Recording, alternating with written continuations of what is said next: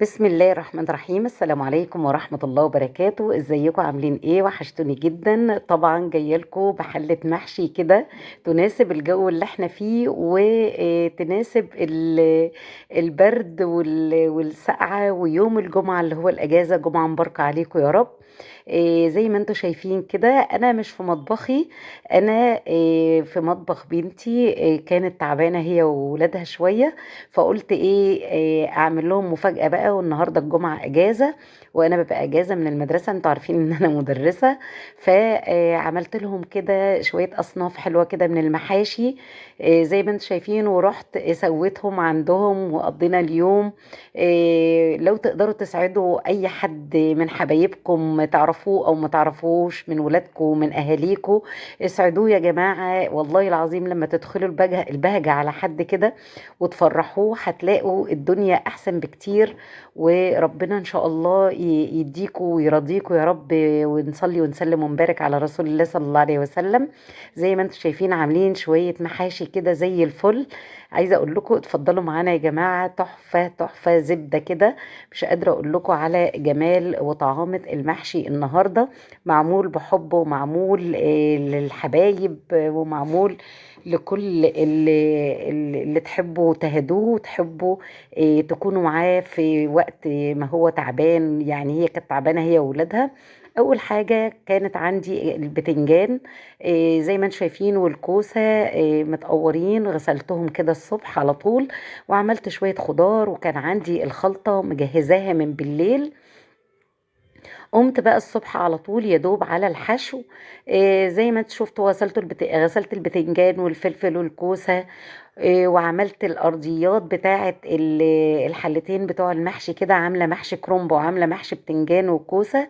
يعني محاشي مشكله كده، بس ما عملتش ورق العنب، هو ده الوحيد اللي ما عملتوش، كان هيبقى كتير علينا كده.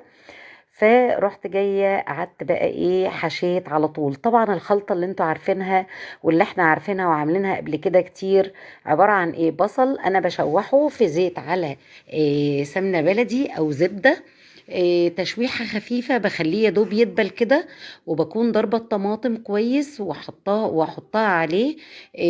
يغلوا بقى لحد ما يسبكوا كده ويفقدوا السوائل اللي فيهم. بغسل الرز والخضرة وبحطهم بقى، وبنحط ملح وفلفل وبهارات. البهارات بتبقى بسيطة جدا، ونحط كزبرة ناشفة وكمون.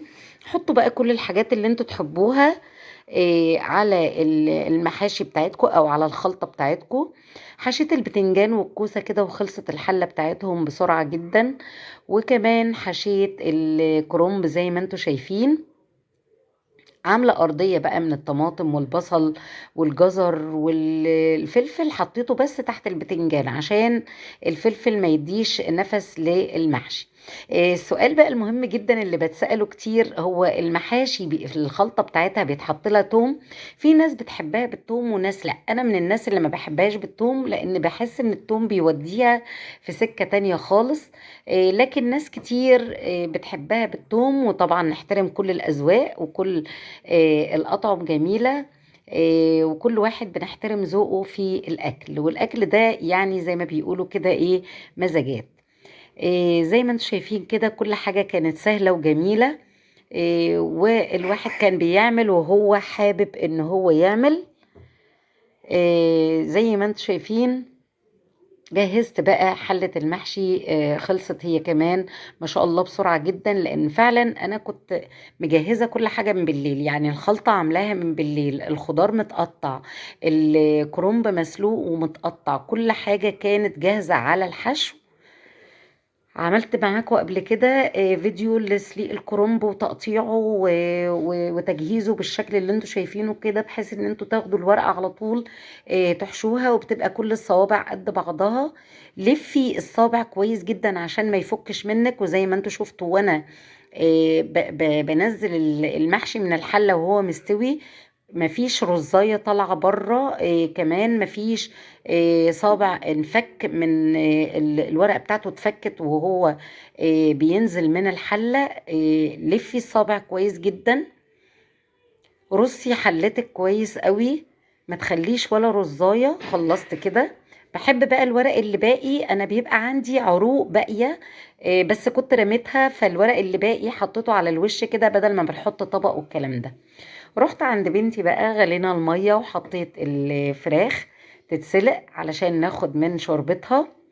طلعت منها الريم وحطيت لها اللورة والحبهان والملح والفلفل والبصلاية وطماطماية.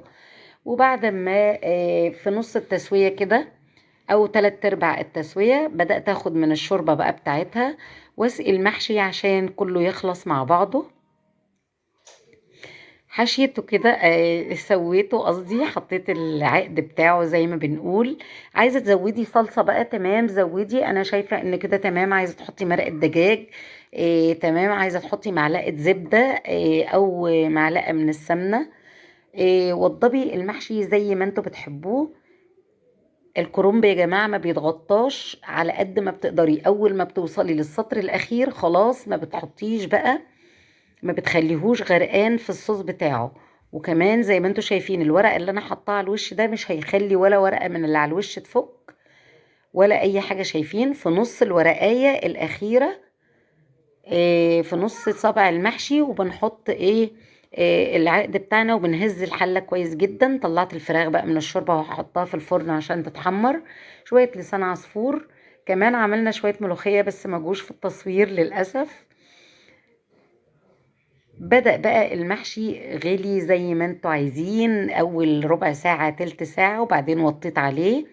بدأ يدخل في التسوية اهو، ولا صابع مفكوك يا جماعة. طريقة التسوية المظبوطة ولا صابع مفكوك.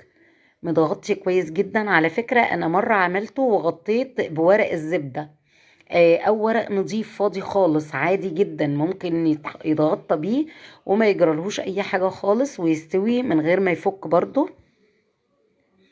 كمان البتنجان بدأ يدخل في السوا بقى خلاص، فاضل اخر 10 دقايق او ربع ساعة.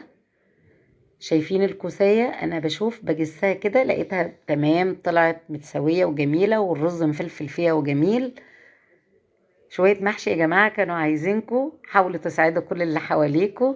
اعملوا اللي تقدروا عليه مع حبايبكوا ومع قرايبكوا ومع اللي تقدروا تعملوا معاه كده. مش دايم غير اللمة الحلوة والكلمة الحلوة. وزي ما انتوا شايفين كده حطينا الأكل، الملوخية والفراخ والشوربة والمخلل وكل الحاجات الجميلة دي. اتفضلوا معانا بقى. كانت أكلة جميلة جدا. جمعة مباركة عليكم يا رب. لسه ما عملتوش لايك لحد دلوقتي يا جماعة، اللي لسه ما عملش لايك يلحق يعمل لايك. شكرا ليكم والسلام عليكم ورحمة الله وبركاته.